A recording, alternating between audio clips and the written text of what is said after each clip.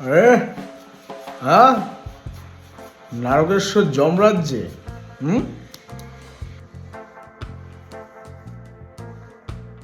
ঠাকুরদা,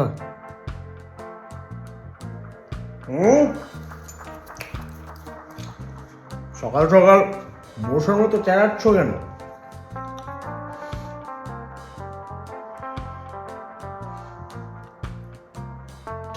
ঠাকুরদা, ও ঠাকুরদা, পিতামহ ব্রহ্মা এখন নিদ্রায় আছেন। কি করছে? মানে নাসিকায় খাঁটি সর্ষের তেল ঢেলে পাখিটা নাক ডেকে বোঝাবো? বাহ বাহ বাবা, আমি যখনই আসবো তখন নাকি ঘুমুচ্ছে। আমরা মরছি নাকের জলে, চোখের জলে, নেজে গোবরে, আর দেবকোলের মাথায় এদিকে নাকে তেল দিয়ে। যমরাজ, ল্যাংচাচ্ছ কেন? হ্যাঁ নারদ, একটা লোক ব্যথায় টাটাচ্ছে আর তুমি ফ্যাক ফ্যাক করে হাসছো। হ্যাঁ, এই বুঝি তোমার ভদ্রতা? ছি, যত জুটেছে সব ঘাটের মোড়া আমার কপালে। ও ঠাকুরদা,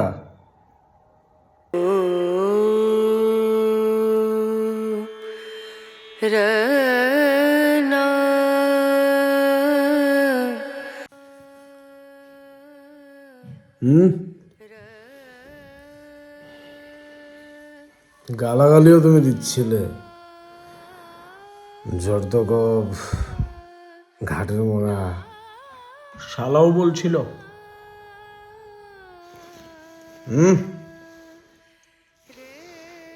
গায়ে মাখি না।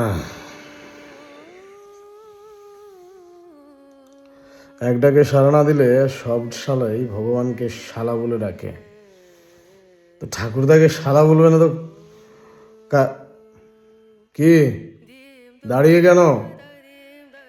ষষ্ঠাঙ্গ হও, প্রণাম করো। আচ্ছা, পারছি না। হও, আরো নিচে। পারছি না ঠাকুরদা, আমার হিপ বোম ভাঙা। আরো নিচে। এবার বলো, কি হয়েছে? নাতবরা সব কেমন আছে? তোমার বউগুলো বড় ভালো জম।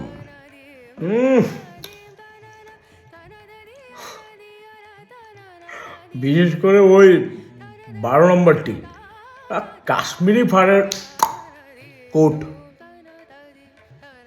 কোট দেখলে জমের উপর আমার রাগ সব পড়ে যায়। কাশ্মীরি ফাড় দেখছি না কেন? জম দেখছি না কেন? সে আর নেই ঠাকুরদা।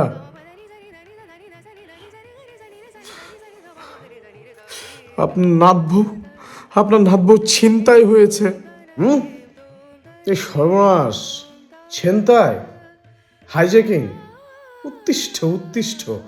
আরে ওঠ না চিত্রগুপ্ত, এই চিতু, চিতু!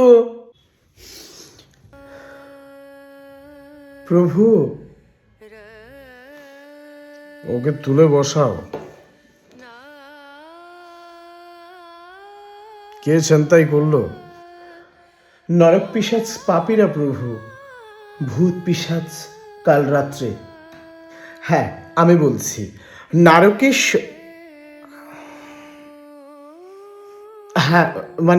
নারকেশ্বর কাল রাতে হাওয়া খেতে বেরিয়েছিল বিমানে করে। তারপর দুষ্ট ভূতগুলো দল বেঁধে বিমানখানে লুটপাট করে ছোট রানীমাকে তুলে নিয়ে কোথায় জানি লুকিয়ে রেখেছে প্রভু। কি কাণ্ড! এখানেও হাইজ্যাকিং! তোমাদের কাজ হলো ভূত পিশাচগুলোকে ঠান্ডা রাখা, আর এরাই তোমাদের বউ ধরে টানছে। হ্যাঁ, এসব কি হচ্ছে চিতু? আমার মাথা ঠিক নেই ঠাকুরদা, আপনার নাতবউকে ছাড়িয়ে এনে দিন। আমি জানি না। কাপুরুষ কাপুরুষ, এসব ছিনতাইকারীদের মেরে ফেলতে পারিস নি? কি কি বলছেন একটু খেয়াল করছেন? হ্যাঁ, আরে যা খুশি বলছেন তো। আরে ওদেরকে মারবো কি করে আমি? ওরা তো ভূত প্রেত। হ্যাঁ, মরার পরই তো আমার কাছে আসে। মরাকে কখনো